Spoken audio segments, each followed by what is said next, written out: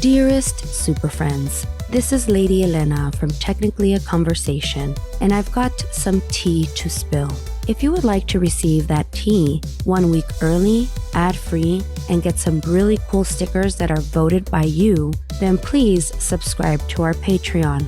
I really don't want to start an OnlyFans page, and your Tío Pepe from Sunland Park has already resorted to selling feet pics on the interwebs. And Lord knows what Isela will get herself into. Please help stop the madness. Lucky for you, all we are asking for is $2 a month as opposed to the $5 Tío Pepe is charging per toe. And who knows, we might throw in some feet pics in there for you for subscribing, if you're into that kind of thing, of course. But those will cost you more than the $2. Support us by logging into patreon.com/technicallyaconversation or check our show notes.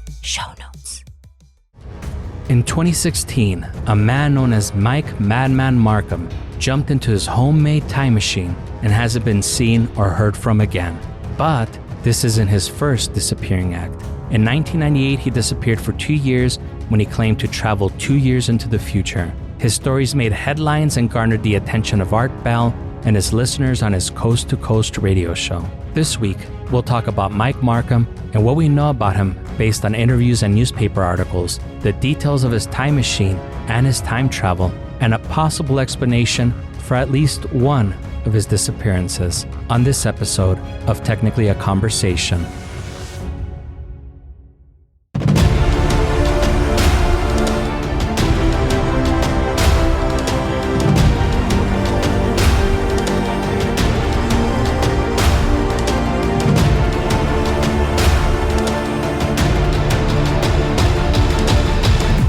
Greetings, you're listening to Technically a Conversation, a podcast where we share an interesting topic or story with each other and hope you find it interesting as well. I'm one half of your host, Jose, and I'm joined today by my lovely co-host, Isela. How are you doing today? Feeling quite lovely.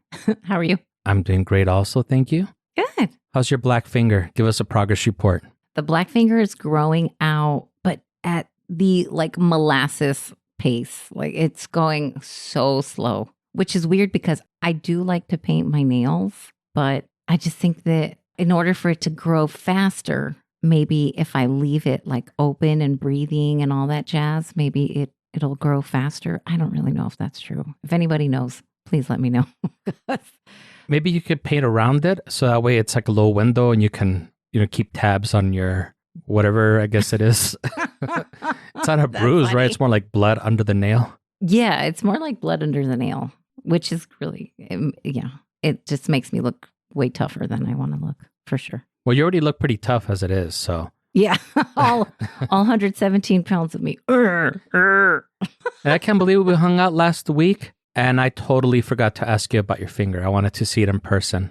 I know, it's because my nails were painted red. You didn't see it. One of the few times I had the cherry red nails. Yeah. Yeah, you might have thought I was normal. Well, I mean, I've seen you with and without your painted nails. But I think in my defense also, by the time that you got there on Friday, Elena and I had already been drinking for several hours. So I think that I was not very observant of much at that time. And I'm sure I said all sorts of crazy, wild shit like I usually do when I drink. No, you were totally fine. I don't recall anybody saying anything crazy at all.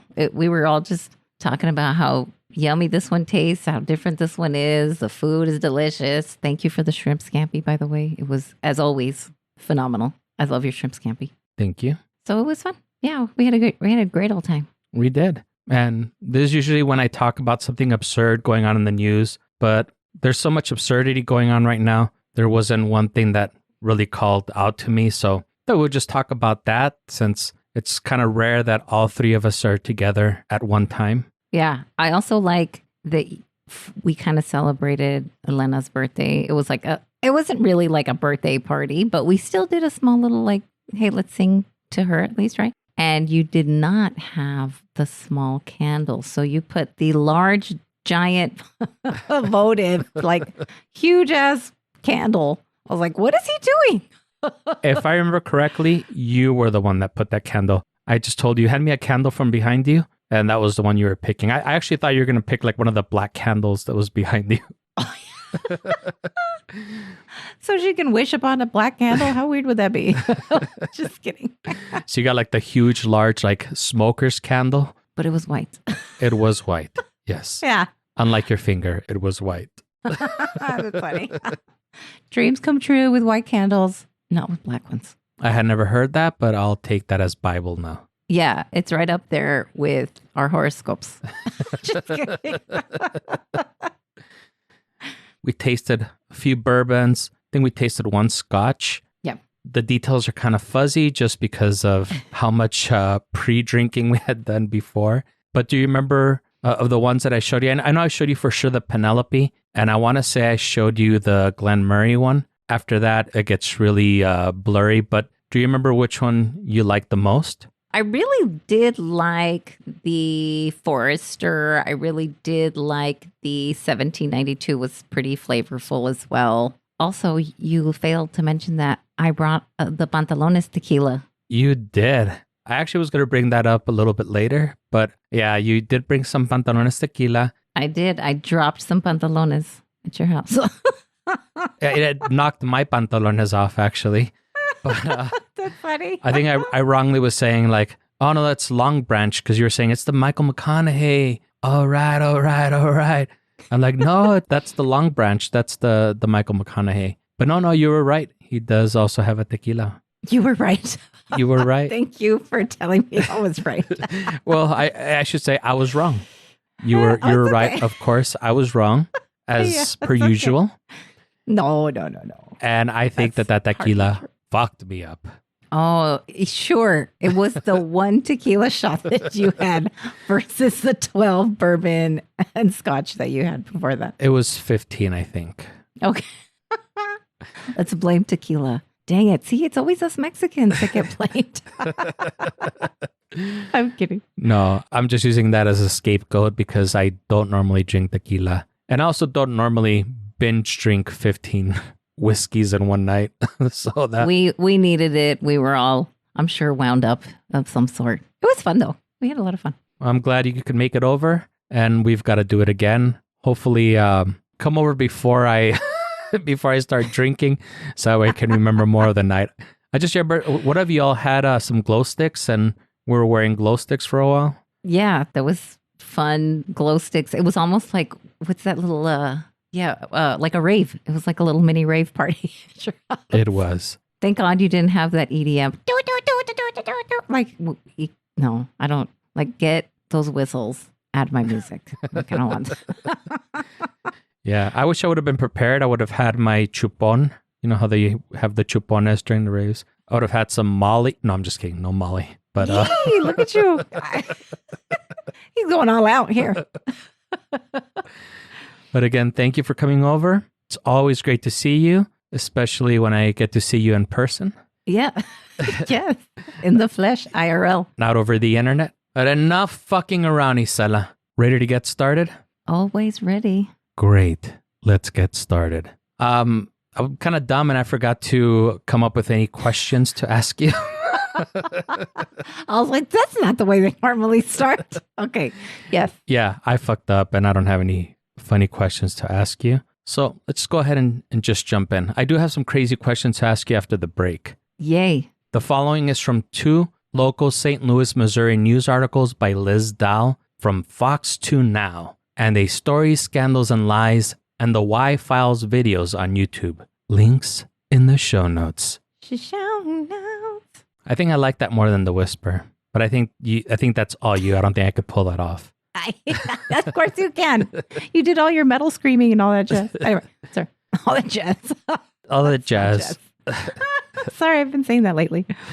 In 1995, a man known as Mike Madman Marcum was arrested by the Stanbury, Missouri Police Department for stealing 6 power transformers from the St. Joseph Light and Power Generating Station in King City, Missouri. The power transformers were to be used for the time machine Marcum was building. He believed that if he could generate enough electricity, his time machine would be successful. Marcum's story gained public interest when he was contacted by Art Bell on his Coast to Coast radio show to explain what he was doing. In 1996, he was contacted by Art Bell again and said he was 30 days away from finishing his time machine and had already conducted 200 successful experiments using household objects and small animals. In 1998, Marcum jumped into his time machine and didn't reappear until 2 years later. In 2016, Marcum disappeared and hasn't been seen or heard from since. Did Marcum become the first man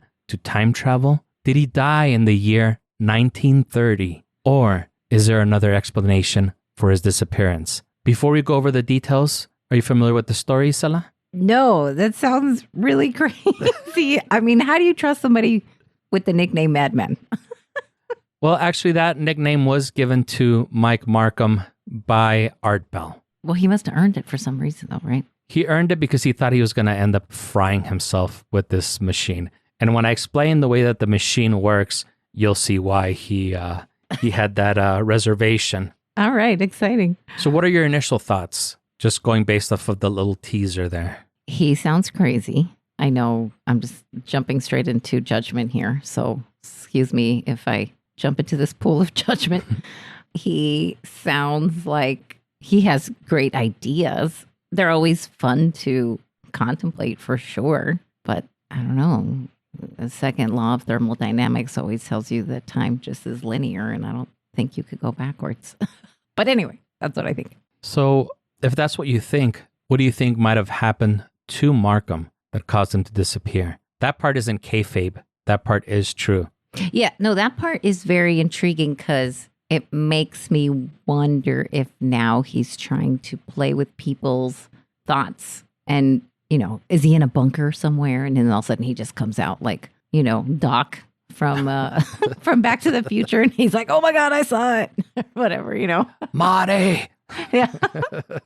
So I don't know. I guess he could always be living in a bunker, have a shit ton of cans of canned food or something. I don't know. Maybe he's living in a cave with, what was the name of the old monk dude? Yes, Giovanni, Maria. Yeah, De Agostini. De Agostini. De Agostini, mamma mia. Maybe.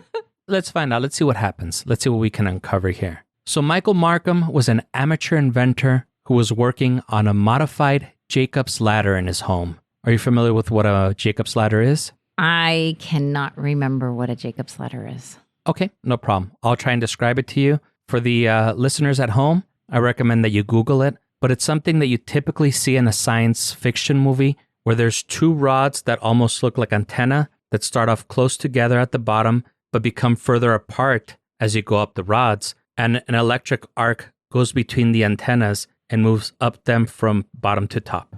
Oh, yes. So the electrical arc doesn't start by itself. You usually have to bring the rods close together to create the arc. Mike's idea was to use a laser to heat up the air around the conductors, ionizing the air and causing the arc to ignite on its own. And he was using lasers from CD players to accomplish this. The rods were 18-inch pieces of wire coat hangers, and in order to create enough electricity, he used wire to create his own transformers to step up the electricity from 120 volts, which is what most people have in their homes, to 20,000 volts.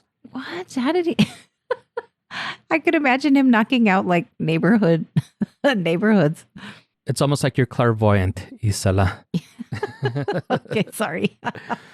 So this was hooked up to his home fuse box, you know, because everyone should be messing around with their fuse box. It's totally fine. Yeah. No problems there. So once he had MacGyvered his electrical fire hazard and had it set up and ready to go, he powered it on, but the electricity didn't arc as he expected. Thinking that it didn't work, he went to disconnect it, but noticed a sphere of distorted air hovering above the contraption, almost like how air gets distorted over a highway on a hot day. Marcum wasn't sure what he was looking at or if it was dangerous, so he did the logical thing and threw a metal screw into the distorted air, and the screw disappeared. After a few seconds, the screw reappeared a few feet away. Thinking he had invented a teleportation device, he threw the screw in again, and after a few seconds, it reappeared again a few feet away. This is when he thought that maybe it wasn't a teleportation device, but instead, he was possibly sending the screws a few seconds into the future. So after a few more tests, the machine overloaded and fried and burned out the whole machine. Thinking that he was onto something, he decided to rebuild his machine. But this time, instead of just being 18 inches tall, it would be 8 feet tall. Oh. He also knew that he would need bigger lasers and much more electricity, and needed a bigger transformer than the one that he had created to handle more power. The type of transformer he needed was the kind that you see on poles from the power company. But believe it or not, that was actually the easy part. He had seen some just out in the open in a yard owned by the King City Power Company. So he called up some friends with pickups, probably bribing them with pizza and beer. And they went out there in broad daylight and just loaded them up in the trucks. Y vámonos a la verga de aquí. So just get the fuck out of here, because they were doing it in broad daylight, which I don't imagine is smart. Yeah, theft. Sure. Yeah. A few weeks later, Marcum had version 2.0 of his machine ready to go. The 6 transformers were connected to the power grid, the lasers had been upgraded, and the rods were now proper 4-foot-long, half-inch metal rods. Marcum fires this thing up, and nothing. So not only had he knocked out the power to his home, he knocked out the power to his whole town. That's so funny. Yeah.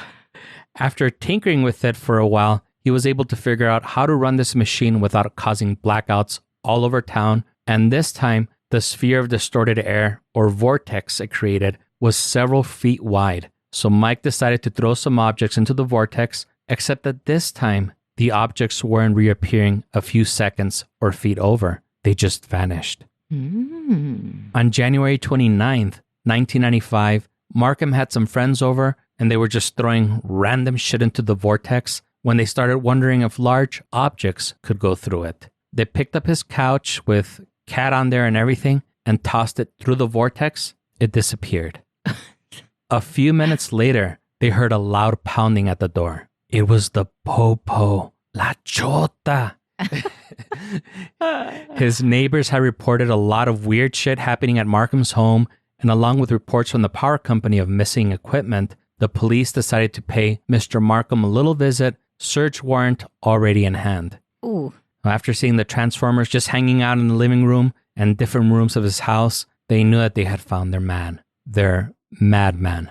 Busted. Busted, buddy. Marcum was arrested and got 60 days in jail and 5 years probation for stealing the transformers and stealing the power. But even worse, he lost his home, his job, and became an outcast in his town for having caused all the blackouts. What? Oh, wow. Now, this story actually made national news since it was a felony to steal transformers from a power company, and he actually did plead guilty to the charge. The news report stated that Marcum had stolen the transformers because he was building a time machine and needed more energy to power it. Oh, he went with the honesty route then.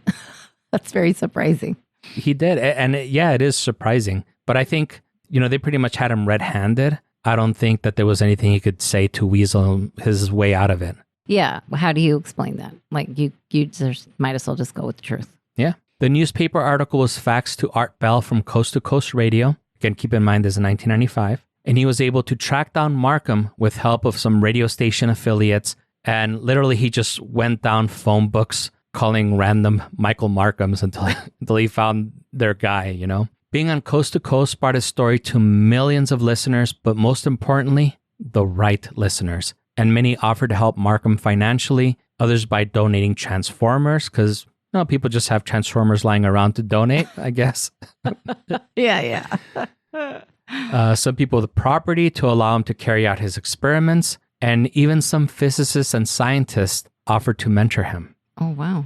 So Mike got a warehouse in Overland Park, Kansas, a bunch of equipment, and an idea for a mechanism with rotating magnets that would make the machine easier to control. In total, he conducted 3 interviews with Art Bell, the latest being in 2015. It had taken him a year, but Mike's new time machine was complete. So let's talk about this new time machine and the disappearance of Mike Madman Marcum after this quick commercial break. Hey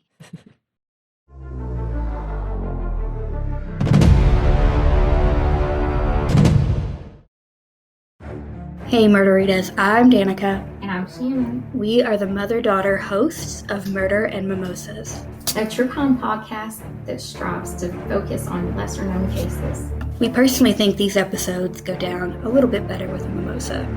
You sip, we share. So grab yours and get ready because every Saturday at brunch time is a new episode. You can listen to us on any podcast platform.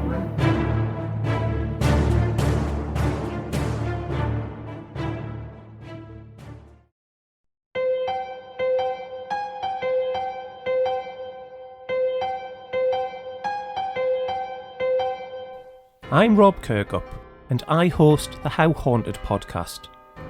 Each episode, we delve deep into the bloody history and chilling ghost stories of one of the scariest places in the world. There's regular special episodes too, such as episodes that I record on location. There's episodes where I take you along with me on a paranormal investigation, and you hear the actual audio from that night. And of course, we do something suitably spooktacular for Halloween. Previous Halloween specials have included a ghost walk of York and the ghosts of Jack the Ripper's Whitechapel. You can find How Haunted wherever you get your podcasts. So why not join me, and together, let us ask the question, how haunted? Hey, do you like to hear about corporate crimes, major disasters, and some of the biggest scandals in history? With a little sports and pop culture thrown in? Well, then we have the podcast for you. I'm Laura. And I'm Tom. And we host the Tell Me About podcast. Every Wednesday, we tell you a story you only thought you knew. Like, did you know that the deadliest shipwreck in history is not the one that you think? Or how did parkgoers survive the most dangerous amusement park in the U.S.? Did you ever wonder how Enron almost got away with the worst corporate crime in history? Or maybe what it's like to be in witness protection. We answer these burning questions and so much more on the Tell Me About podcast, where two nerdy friends deep dive random topics and have a lot of fun in the process. You'll be surprised how many smart people drop the ball, or how many people think they're smarter than everyone else. Find us at the Tell Me About podcast on Apple or Spotify or wherever you get your podcasts.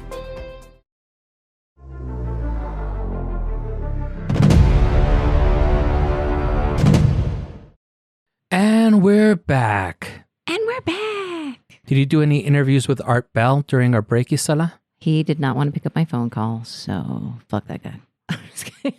I guess it's just said maybe because he's dead. Yeah, but why can't he come back from using his time machine, pick up my phone call, back to dead? Bye. You know, I can't fault your logic there. What about disappearing? Did you disappear never to be seen or heard from again? No. Oh, okay, good. This would be a pretty boring show if it was just me. I don't like those single voice podcasts either, by the way. There's a few that are well done that I do enjoy, but yeah, I do normally like it when people, they talk and they bullshit a little bit. Yeah, more often than not, the podcasts I listen to, there's at least two people. I think most of them are that way for me as well. So I know I kind of steamrolled through that information. So now that you have a lot more information, what are your thoughts? He still sounds a little crazy. The nice thing is that all these legitimate minds of science were kind of extending a helping hand to him. So I think that part is kind of cool. They saw some type of potential in him. So I'm hoping that this second part tells us that he did take up some offers on that or something. And I don't know, that would be really cool. So that part is really neat because he at least got seen. Again, it's also really fascinating that he was able to do this on his own. I think sometimes people forget that, like, you really can make really, really, really strong magnets that are even stronger than the Earth's magnetic field and, just in the back of your home or whatever, depending on how big your backyard is, I guess. But it is really cool. Yeah. Well, let's see what happened to our friend Mike Madman Marcum. Okay. So in the final interview with Art Bell, he talked about how his new machine 3.0, in the warehouse in Overland Park, Kansas, was using 3 million volts of electricity. Now, if you remember, the first one he MacGyvered used 20,000 volts. The one with the 6 transformers from the power company that he fed his couch and cat into used 7,000 volts, and this one was using 3 million. Wow. This one was also 15 feet tall. And like machine 2.0, Marcum tested his new machine by throwing random crap into it, like piece of wood and baseballs. And just like machine 2, the objects would also disappear, except that the items weren't really disappearing. This is the same thing that kind of happened with Machine 2.0, but he didn't know it at the time. Mm-hmm. They would appear about 2 minutes later between 50 to 150 yards east or west of the machine. It was always east or west of the machine, never north or south. Mike thought that this probably had to do with the rotation and magnetic field of the Earth. He also claimed that the experiments were witnessed by 15 people, and he stated that he would allow anyone that donated money or equipment to be a part of the experiments. The experiments went so well that he was experimenting with small animals and started sending mice, hamsters, and guinea pigs through the vortex. So it was actually helpful to have people on hand to help him catch the rodents when they reappeared. Oh.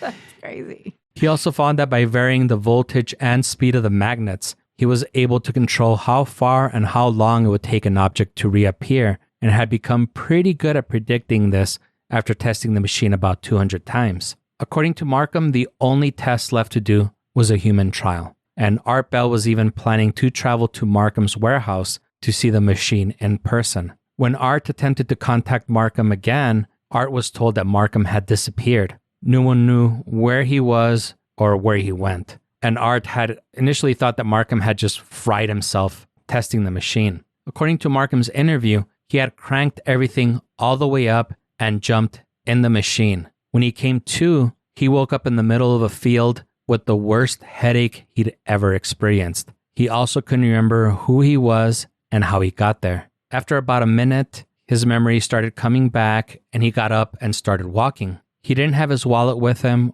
so he didn't have any IDs or credit cards or money. So he went to the nearest homeless shelter and realized that he was in Fairfield, Ohio, 800 miles east from his warehouse in Overland Park. While at the homeless shelter, he saw a newspaper and realized that he was not only 800 miles away, he was also 2 years into the future. What? Yeah, so he had jumped in 1998. He woke up in the year 2000. So he took up some odd jobs to raise money to buy a bus ticket to go back to his warehouse in Overland Park. But when he finally got there, their warehouse was empty. Everything was gone. The machine, all the videos he had made of his tests, all his notes and documentation. He said that even though he still has gaps in his memories, he thinks he can remember 90 to 95% of the process to rebuild the machine. But the problem would be raising the money for all the equipment, as he had a couple $1 million worth of equipment in the warehouse. And without the notes, he had no way of contacting any of the donors or supporters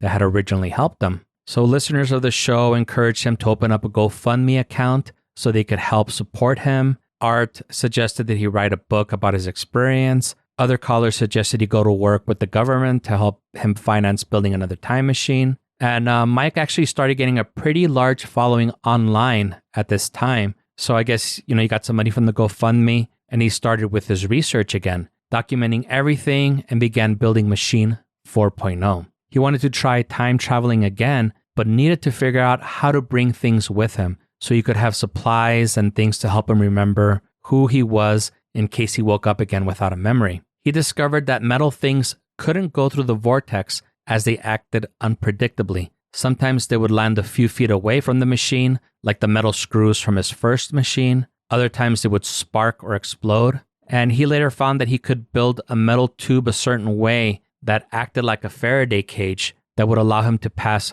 through the vortex without damaging anything inside, including the metal objects. So he decided to make the tube big enough that he could fit in, as well as everything that he would need, including his cell phone, notes, photographs, and money. He did one final post stating that he was ready to go through again, and that was the last that anyone ever heard from him. So what do you think might have happened? I have a question. Where's the video so we could see him doing these things? That I do not know, but they did mention that he had posted the videos on the Y files. That was one of the sources that I used, and they said that he had posted them. It was kind of hard to find a lot of information about him.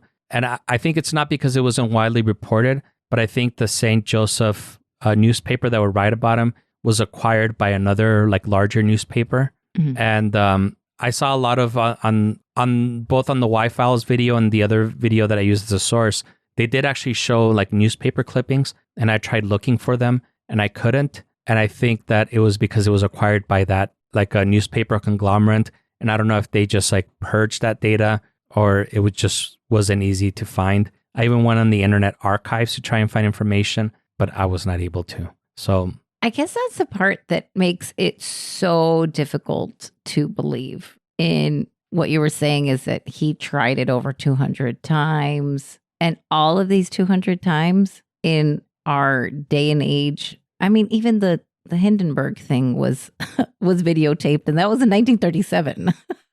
And he has nothing. And this was, so what you think is like a portal or something? Like you're telling me you're creating a hole in some kind of space-time continuum and nobody thought to record anything? Like, it's so hard to believe. Do you know what I'm saying? yeah, I totally get it. So let me clarify. The one where he had done all those videos and he was throwing rodents and all that stuff, I want to say that was in 1998 that he did that. And all those videos and everything, again, when he returned back to the warehouse, everything was gone. Everything was cleaned out. And there's a lot of theories as to what might have happened. Maybe the government might have taken it. Maybe the landlord, seeing that this guy was gone for 2 years, just decided to sell it, or maybe just to get rid of it. But yeah, everything that was in his warehouse, which is where he kept all his research, was gone. So this is now in 2015. So now he does have a cell phone, and apparently he did document it, and there were a lot of posts online. Okay. I didn't really look too much for those posts. I was more interested in finding the news reports, but I can tell you that a lot of the news reports I wasn't able to find unless they were actually documented in videos. And my theory is that it was just because that news conglomerate bought I think it was like the St. Joseph, it was the St. Joseph News Press. Because whenever I would search for it, I would find it and I would click on it, and then it would take me to some other newspaper name. So I think that's what happened with that. At least one of the videos that I used was very skeptical. Sure. And that's where I'm kind of heading towards. So I don't believe that they would have necessarily fabricated that. Yeah, it's intriguing. Where is he now? Who knows? I mean, how does he know that, let's just say, best case scenario, he really did create some kind of portal into another dimension, a parallel universe, whatever it is. I don't know why he would think that would be a good idea to try and just take a jump through. Like he's the rabbit from Alice in Wonderland or something, you know? No, I get it. So let's continue with the story and see what we can find.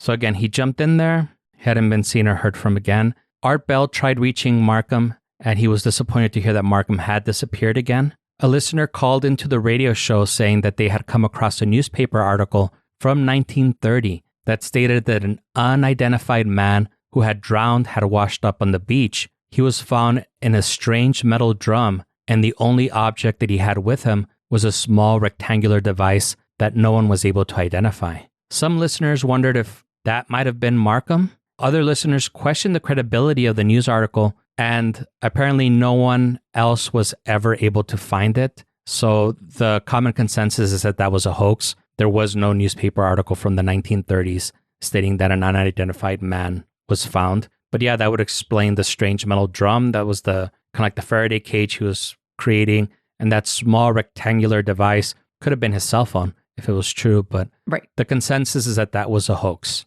And then didn't, in his previous experiments, things were going into the future because he would throw it and then like wait a few seconds and then they would like catch it. So why would he now go in the past versus the future? That makes sense too. Because from everything that we could tell, it appeared like things were going into the future. Mm-hmm. So yeah, that totally makes sense. I don't think anybody ever brought that up as far as the research that I saw, but that seems to make sense. Now, if this was any regular old podcast, this is where the story would end. Now, who is to say what happened to him or why he disappeared from the public eye shortly after the last interview with Art Bell in 2015? But remember when he disappeared the first time in 1998 and claimed that he reappeared again in the year 2000? Right. There's a tiny little hole in that story. Ooh. So let's pick at that hole and see if we can make it a little bit bigger. Okay. According to the April 11th, 1999 edition of the St. Joseph News Press, Mike Marcum was arrested and charged with a probation violation on Friday, April 9th, 1999 at 3:30 a.m., right in the middle of his missed 2 years. So is that to say that everything Marcum claimed is bullshit? Not necessarily, but that does definitely call into question his credibility. It makes you question other aspects of his story or stories, since he was on Art Bell's show multiple times. Now, we might not know where he was for all of 1998 to 2000, but we know he was in a Buchanan County jail on April 9th, 1999 at 3:30 a.m. We also have to mention that there were no missing persons reports filed for either of Marcum's disappearances. So either no one is looking for him or he never really disappeared. But that would kind of be the smoking gun. There were no missing persons reports filed for him. Yeah, that alone is also very suspect, because even if he's renting an apartment or something, wouldn't the landlords be like, where did this guy go? You know? Yeah. He's not paid in however many years or something. Did all his cats eat him? Like,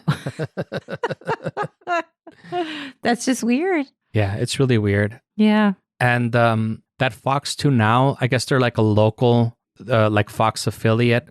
They're for the St. Joseph area. And I think that they tried reaching out to Marcum multiple times. And they actually did a lot of investigation trying to find a lot of the newspaper articles, which they did confirm that there were newspaper articles about it. And they did confirm that he reportedly disappeared for those 2 years. But, at least like one part we know for sure where he was. We don't know where he was the full 2 years. Right. I was going to say he didn't have like a wife or a loved one or something, a girlfriend, a boyfriend. No, apparently he was estranged from his mom. I think the mom was really the only like family member that he had, but he hadn't seen his mom since like the 80s or something like that. Oh, okay. We knew that he at least had friends because they were the ones that apparently were there with him when he got arrested. And they were the ones that helped him steal those transformers. So Right.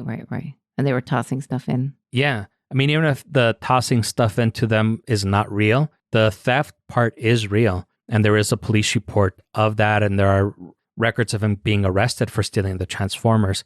So all that part is real. The stealing of the transformers, him being arrested, there's records of that. That's pretty wild.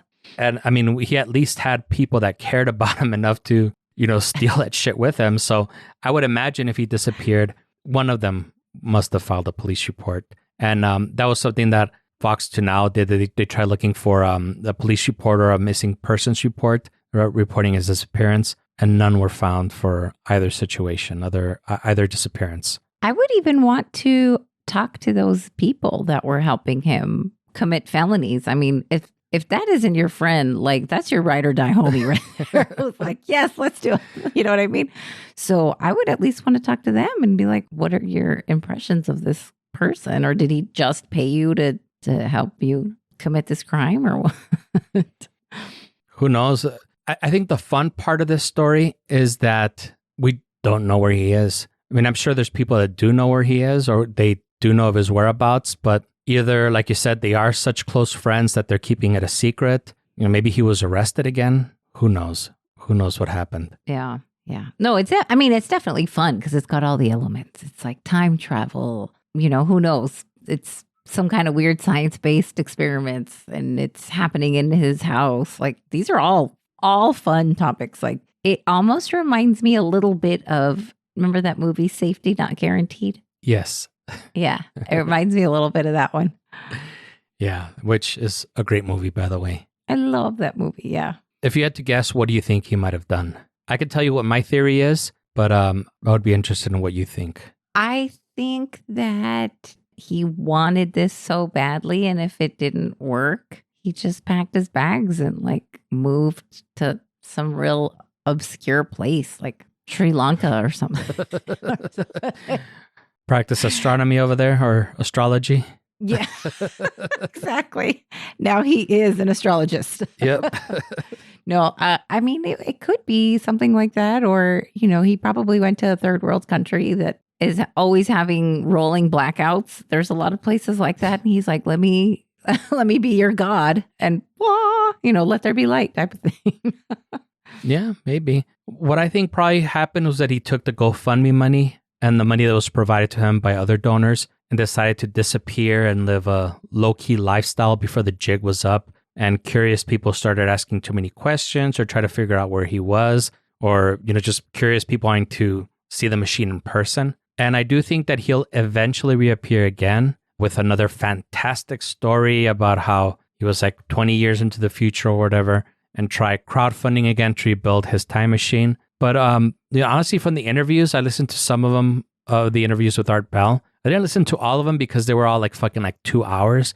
And I was like, ain't nobody got time to listen to all that shit. No, his mama don't even want to listen to that. Probably not, since he hasn't apparently spoken to her since like the 80s. But I did, what I did do is I went to YouTube and I got the transcripts and I read through the transcripts just because it's faster for me to read than to sit down and listen to people talk. You know, I did listen to a lot of the interviews, just not the whole things. And from the interviews, he didn't come across as a grifter. He actually did sound intelligent and humble. And maybe him just sounding intelligent and humble was the reason that so many people were eager to donate to him. I don't know. That's what I think. But apparently there was some scientists from, and I wish I would have put this down in my notes, from a university that did actually hear everything that he said. He said, you know what? He's not way off. He said maybe with a little bit of guidance, like he would be more on track. He says, but what he's talking about, like, is not way off. And like he cited one of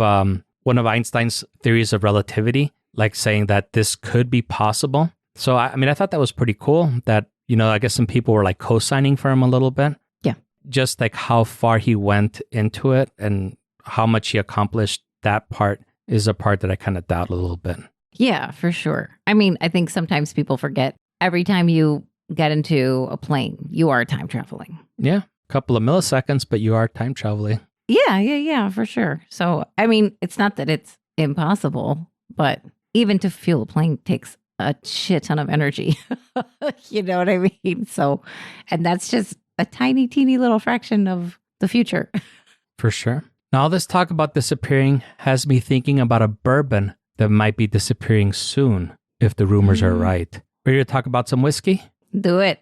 All right, so last time we talked about a very classy bourbon. This time we're going to talk about a very cheap bourbon, but nonetheless, it's still great. Yeah. My pick of the week is Old Grandad 114. Are you familiar with this bourbon? No, but he does look old on that picture. He does, and we're going to talk about who that person is in just a bit. Oh. So Old Grandad is owned and distilled by Beam Suntory, the home of Jim Beam and Suntory Japanese whiskey, although they recently rebranded to Suntory Global Spirits. That's the famous Suntory time thing from some movie. The reason I said it might be disappearing is not just because I'm more than halfway through my bottle. Yeah. But there's been a rumor circulating recently that Suntory, and more importantly Jim Beam, Old Grandad's distillery, might be dropping the 114 brand. Now, this isn't the first time that rumor has come up. There was a rumor in 2016 that also claimed that Jim Beam was looking into dropping the brand. Ultimately, they didn't, and companies don't usually talk about rumors or speculations, so nothing has been said official about this rumor or the 2016 rumor. It's always industry experts or people familiar with the matter that leak that information to the public. I see. According to some videos I've seen online, people seem to think that it might really happen this time, and the theory comes down to cost. So this is a $22 bottle of bourbon, and it's 114 proof. So there's very little water added to bring the proof down, meaning that most of what's in the bottle is straight from the barrel. I had said before that a barrel of bourbon was around $10,000. I actually misspoke a little. It's that much for a 10 to 12-year-old barrel of bourbon. For a 4 to 5-year-old barrel, it's closer to $4,000 to $5,000. So maybe we can still buy a barrel and produce our own bourbon. Sweet, right? What are we going to call it? We'll think about that later. I don't know, but I'm excited to go to MGP just to go thief some of the barrels and see what we like. I know, for real.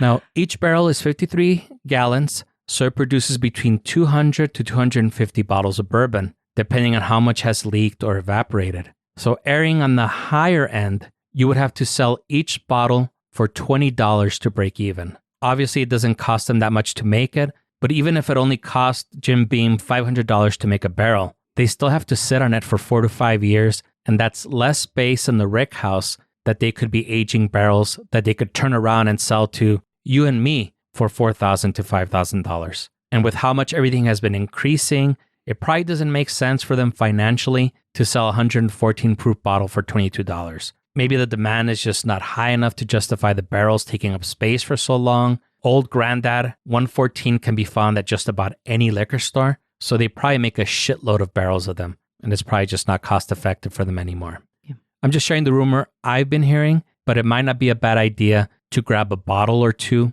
just in case. Again, it's $22 a bottle, so it's an impulse buy. Jim Beam doesn't release their mash bills, but it's believed to be a mash bill of 63% corn, 27% rye, so it's really high on the rye, and 10% malted barley. And being a high rye bourbon and 114 proof, this will definitely put some hair on your chest, for sure. It's not a smooth sipper. It does have a bite to it. There are no tasting notes issued by Jim Beam. They don't even have a webpage for this product, but I definitely get a very spicy, cinnamony, smoky flavor from it. It's not overly sweet. This one is more rich and bitter, probably from the char of the oak barrels, but it is a very pleasant taste after you take a couple of sips and get accustomed to the high rye and the high proof. And even though it's only 4 to 5 years old, it doesn't have a cheap ethanol taste like you get with some other cheaper bourbons. It's actually really good. And at $22, it's a definite buy recommendation, but with a caveat. The high rye and high proof are not for everyone. You may want to buy some bitters and sugar cubes to make some old fashions if you find that it's not for you. It actually is excellent in cocktails. So maybe this might be your new to-go bottle for cocktails if that's the way you prefer to drink your whiskey, because it is excellent for cocktails, and that high proof makes sure that that bourbon flavor always goes through. You know, it doesn't get watered down. Personally, I always just sip it neat. Yeah. So who is this old granddad? Do you know, Isela? El abuelo de... No, I have no idea. Who is this? All right, so he's right here on the bottle. He's kind of looking like Benjamin Franklin for our super friends who can't see the picture. Yeah, he definitely looks like somebody from like back in the day. I don't know if I would say he looks like Benjamin Franklin. I don't know, maybe he looks more like Madison or some shit. But yeah, he definitely looks like an old-timey person that might have signed the Declaration of Independence or something. Yes. It's actually Meredith Basil Hayden, commonly referred to as just Basil Hayden. So Hayden's family were Catholics, and they immigrated from England in the 1960s to flee religious persecution. Basil himself was born in 1743 and moved with his wife, Henrietta, and their 15 kids and a congregation. Right? Sorry. Oh my God. Wow. So all 15 of his kids, well, all 15 didn't make it, but all 15 of the kids and a congregation of Catholics from Maryland to Kentucky in 1785. Sadly, 4 of Basil's kids passed away during the journey, but upon arriving and settling in Kentucky, Basil and Henrietta had 6 more children, making it 20 in total. Oh my gosh, that's insane. It is, right? I guess they really took this whole Catholic stuff seriously with no seed was ever spilled to incur the wrath of thy Lord. Vengeance is mine, I will repay, says the Lord. That's a lot of kids. I think if I was the wife, I'd be like, I think we get it, honey. Your dick works. Like, can you please stop?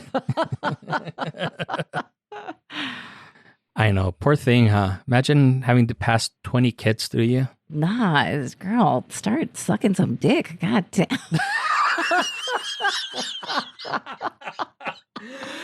Oh, sorry. Oh, shit. I think, is anybody still listening after that? Damn. Oh, my God. I'm sorry. I'm sorry if that offended anybody. It shouldn't. Come on. Oh, my God. That's hilarious. That's going to be like the quote of the episode. That's a lot of kids. That's all I'm saying. It is. Right. So going back to Basil. Basil began distilling whiskey in 1788 and was known for using higher rye in his mash bills than what was typically used by distillers of the time. They were also one of the first distilleries in Kentucky. They were the 14th, to be exact. He continued distilling until his death in 1804, and his family continued the business and was named Old Grandad in memory of Basil Hayden. With all those kids, I imagine he had a ton of grandkids. Yes. The distillery was owned and operated by the Haydens until 1889, when a long line of sales to different families, companies, and distilleries began. So I'm not going to bore you with all that, but they were one of the first distilleries to adopt the Bottled and Bond Act of 1897, and their Bottled and Bond is still sold to this day. And I'll actually talk a bit more about the Bottled and Bond Act in my next episode. It's kind of a little teaser what you can expect. Exciting. They also sold medicinal alcohol during Prohibition. The final sale of the company came in 1987 when Jim Beam bought the brand, and it's been made at their distillery ever since. They also have a brand called Basil Hayden, which is much more expensive, but I've read that it's the same mash bill at a lower proof. I personally haven't tried it because I can't drop $42 on 80 proof. I just can't. And that's about all I have to say about that. Yeah, you've got your standards. I mean, 114 proof. Gosh, that's going to solve some problems. And create a whole slew of exciting new problems. That's right. You might have 11 kids of your own. Gosh. Oh, shit. Just kidding. Wow. That's pretty cool. I'll have to, I don't think we tasted that one for sure, but, next time we'll have a whole new flight of bourbons. For sure. And I am actually going to go pick up a couple of bottles just to have them, just in case. I do enjoy it enough to where I won't regret buying them. It is something that I drink regularly. It's not something that I normally keep in stock, but I do drink it regularly, and I'll totally not feel bad if they don't go. Yeah. And $22 a bottle. I mean, I think it's very reasonable for sure. Yeah, definitely. Special shout out to our super homies, super friends, Sophia, Natasha, Eric, Angie, Eli, Madtown Charity, Katia, Victor, Christine, and Josh. Thank you. Thank you guys. If you want to be super cool and help support the show, get the episodes a week early and free of all those annoying ads. Get your name shouted out on the show and get some stickers from us a few times a year. Check us out at patreon.com/technicallyaconversation or check the show notes. Show notes. Yeah. Best of all, it's only $2 a month, baby. You can't even buy cigarettes or a bottle of Basil Hayden for that amount. And this is a cheap ass fucking bottle. Yeah. What are you going to do?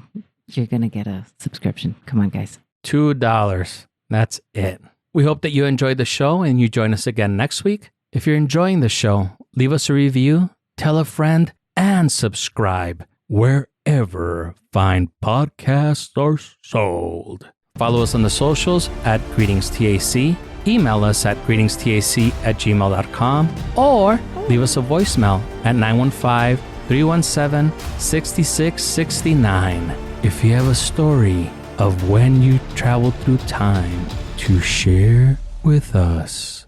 And we don't mean when you were on a plane. No, but we'll take that. It's been a long time since I've gotten a voicemail. We'll take that. I know. We'll take anything. Just call us. Come on, people. We miss you. Even all the trolls leaving their hateful comments, you'll probably get a better chance of being heard if you call us and leave us a voicemail. Yeah. And especially after our last episode, I'm hoping people don't come at us. But yeah, we'll see. I think we'll be okay. Famous last words. Exactly.